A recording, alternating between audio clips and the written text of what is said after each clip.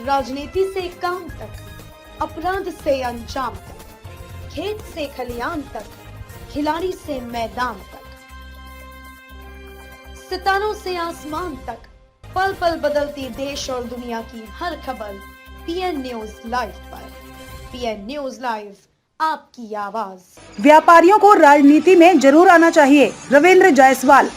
मंत्री जी ने कहा कि जब भी देश या प्रदेश में किसी भी प्रकार की आपदा आती है तो सबसे पहले व्यापारी समाज ही बढ़ चढ़ कर हिस्सा लेता है।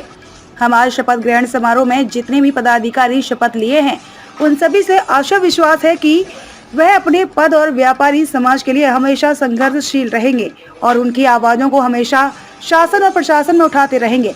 मंत्री डॉक्टर दयाशंकर मिश्र दयालु जी ने कहा कि व्यापारी समाज देश के रीढ़ है। व्यापारी समाज देश और प्रदेश को अपना इनकम का अंश देकर इसको चलाता है। हम सभी भामाशाह उनका वंदन और अभिनंदन करते हैं। मंडलायुक्त कौशल राज शर्मा जी ने कहा कि व्यापारी समाज हमेशा से ही शासन और प्रशासन का सहयोग करता रहा है। हमने व्यापारी समाज को कोरोना काल में हमारा इतना सहयोग किया कि हम कभी काशी के व्यापारियों को भूल नहीं सकते। काशी ने भली भांति देखा है, से हम आपका स्वागत एवं अभिनंदन करेंगे। हर हर महादेव।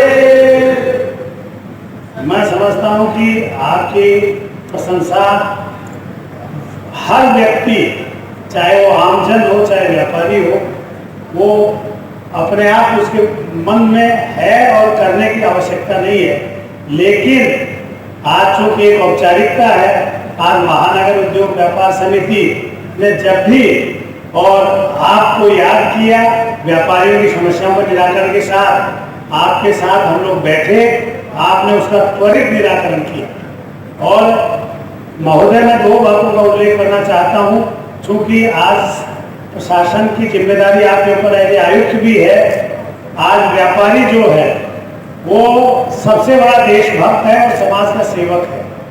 लेकिन कुछ ऐसी समस्याएं हैं जिनकी निराकरण की जरूरत है।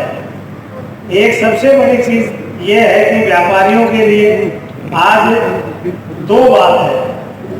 ये सारे इश्यूज 2-3 महीने में ही हमारी ज्वाइनिंग में आ गए थे, परंतु आप सब लोगों के सहयोग से, सब लोगों के कोऑर्डिनेशन से एक ऐसी अच्छी व्यवस्था बैठी कि शहर में, वाराणसी में कोई तकलीफ इस वजह से कोई नहीं हो पाई।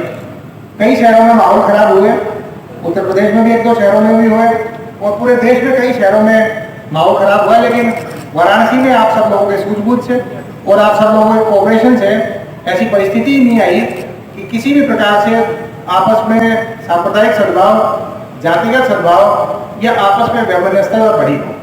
आप लोगों के कोऑपरेशन से ना मार्केट प्रेशर हुआ, ना जो टूरिस्ट आते हैं, श्रद्धालु आते हैं, बाहर के लोग आते हैं परचेजिंग के लिए, उन पर कोई असर हुआ।